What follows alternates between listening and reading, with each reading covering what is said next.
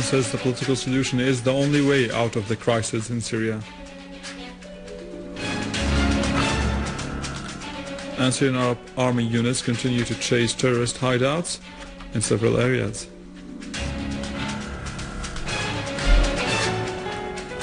And Syria's UN representative says the country is arming, funding, training, harboring terrorists and facilitating their entry into Syria are partners in terrorism.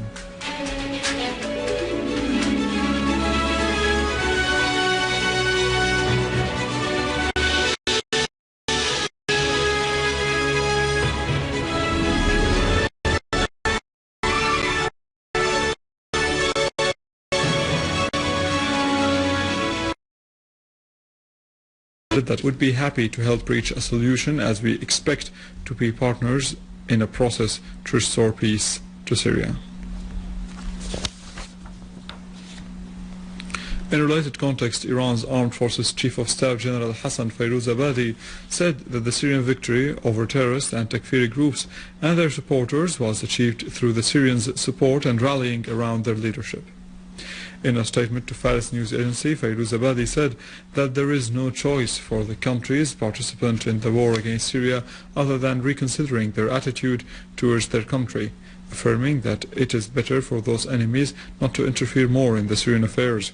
He explained that President Bashar al-Assad is able to meet the demands of the people in safeguarding Syria and its national sovereignty, stressing that his strategic will led to the formation of a popular resistance across Syria similar to the resistance in Lebanon, and the solidarity of this resistance increases steadily. Head of the Media Committee at the Russian Duma Council, Alexei Mitrovanov, affirmed that there is one center behind media instigation campaigns against Syria.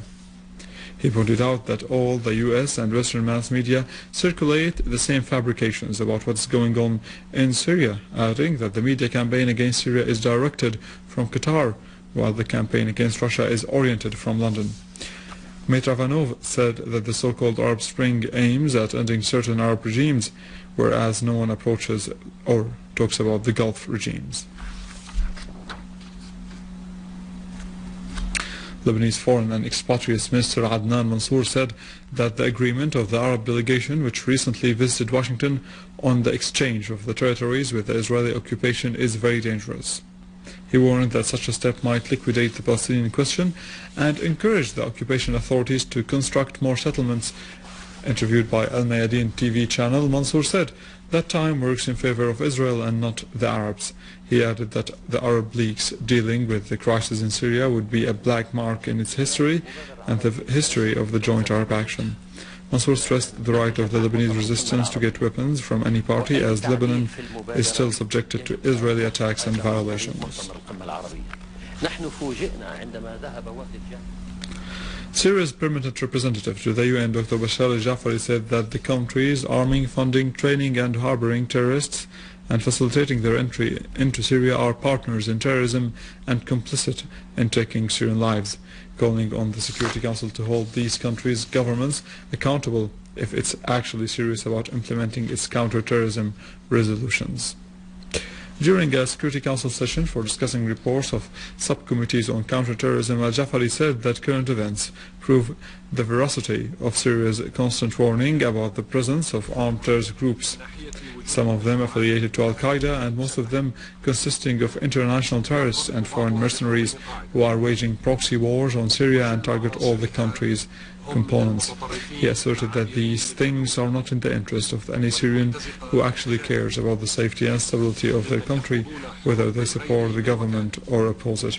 He pointed out that 2 months ago the Syrian government filled an official request for including Jabhat al-Nusra, which is responsible for hundreds of terrorist acts and suicide bombings in Syria, on the unified list of the Committee for Resolutions number 1267 for 1999 and number 1989 for the year 2011, which concern individuals and entities affiliated to Al-Qaeda, noting that Syria is still awaiting this inclusions, particularly since some Security Council members acknowledge the terrorist nature of this organization, which confessed to being responsible for over 600 terrorist acts in Syria in a single year.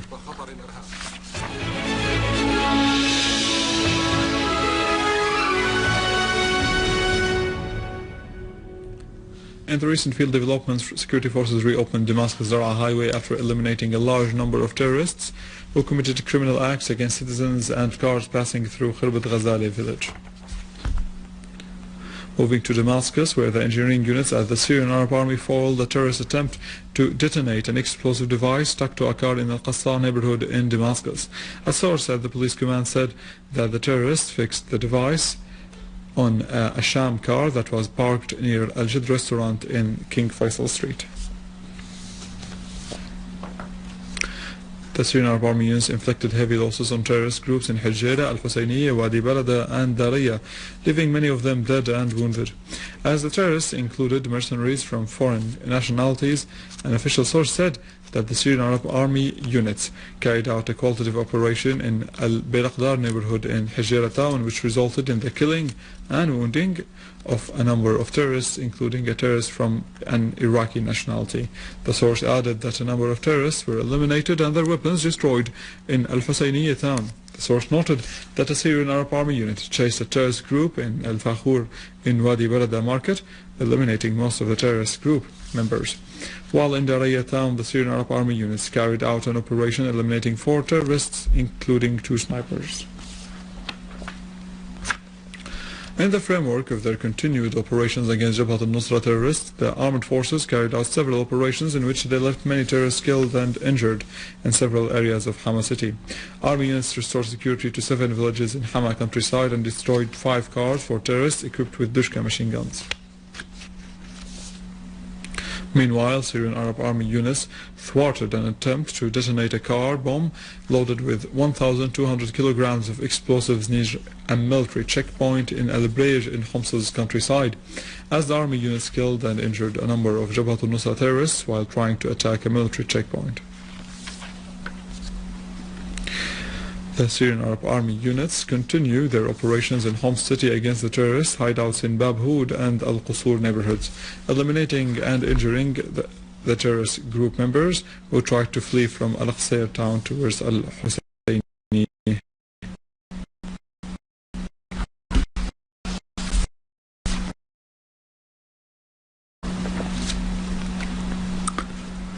Life back to normal in Al-Ghastaniya village and Al-Qusayr countryside after the Syrian Arab Army units opened the road and cleaned its surroundings from the armed terrorist groups who besieged the village for more than 8 months.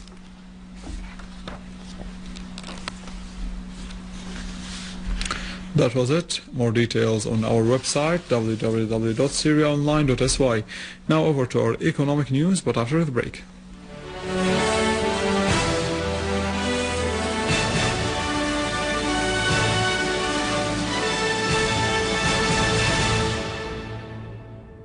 Ladies and gentlemen, good afternoon. The manager of the industrial city of Adra indicated that the city has great investment environment. He also said that the year 2013 witnesses an increase in the industrial city's production due to facilities granted to the manufacturers, specifically those who had lost their establishments out of the industrial city due to the current circumstances, as lands were provided for them to build their foundations without down payment and with installment for 10 years, in addition to other facilities granted concerning selling the old establishments. Lands which are cultivated with green peas have increased after the canneries proliferated in the agricultural areas.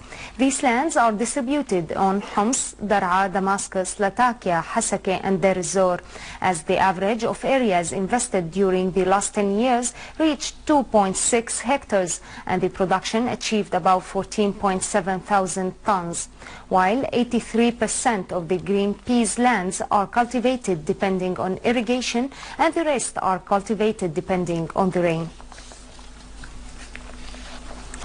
The U.S. Aviation announced that the program closure of the control towers has been cancelled in 149 U.S. airports. after Congress has voted on setting them aside from the austerity measures, as the law will allow the U.S. Federal Aviation to transfer enough funds so the control towers continue working for the 149 U.S. airports, whereas every U.S. government agency had to decrease about 5% of their annual budget due to the law of the mandatory austerity issued in the year 2011. The Jewelers Assembly set the price of the 21-carat gold gram at 5,450 Syrian pounds, while the Rashadi golden coin was set at 39,700 Syrian pounds and the English coin at 44,400 Syrian pounds.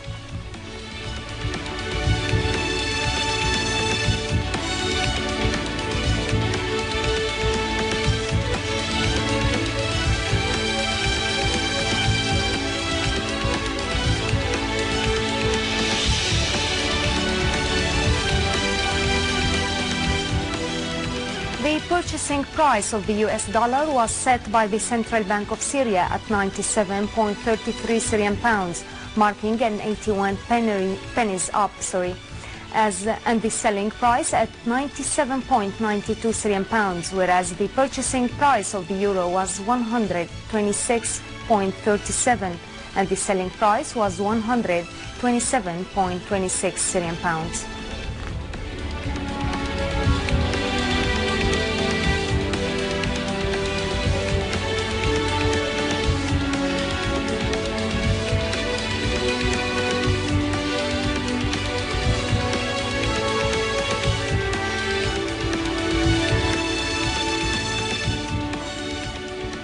Ladies and gentlemen, this was our economic news for today. Thank you for watching. Goodbye.